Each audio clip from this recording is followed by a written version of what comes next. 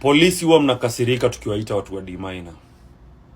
Lakini tabia zenu mbaya zimeoza ndo zinafanya tunashindwa kuheshimu sisi kama raia. Nimeona mliingia mahali kwa pool, vijana wanacheza, mkawa round, mkawakanyangia chini, mkawapiga, mkawa traumatize. Na utasikia IPOA ikisema tunafanya investigation mwezi 2, 3. Investigation gani na evidence iko kwa CCTV? It's clear. Mmepata vijana wanacheza pool, mkawa round, mkawakanyangia chini, mkawapiga for no reason.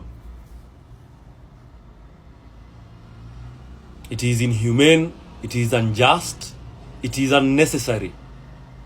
Vijana wakifanya crime, mnawaua. Vijana wakiamua haya bas, tuingie tu mahali base tupige pool yetu, tutulize akili, masaa isonge, mnawapiga. So juu mko na uniform, mko na mko na power, vijana wasipumue. It is wrong.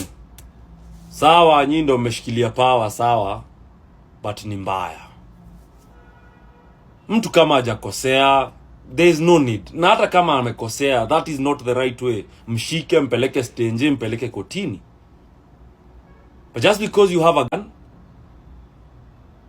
doesn't necessarily tell you or mean unaweza tu piga mtu vile unadai.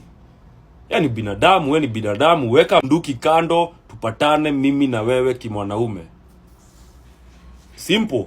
Kama mko na hiyo nguvu bas, ekeni bunduki kando, tupatane man to man.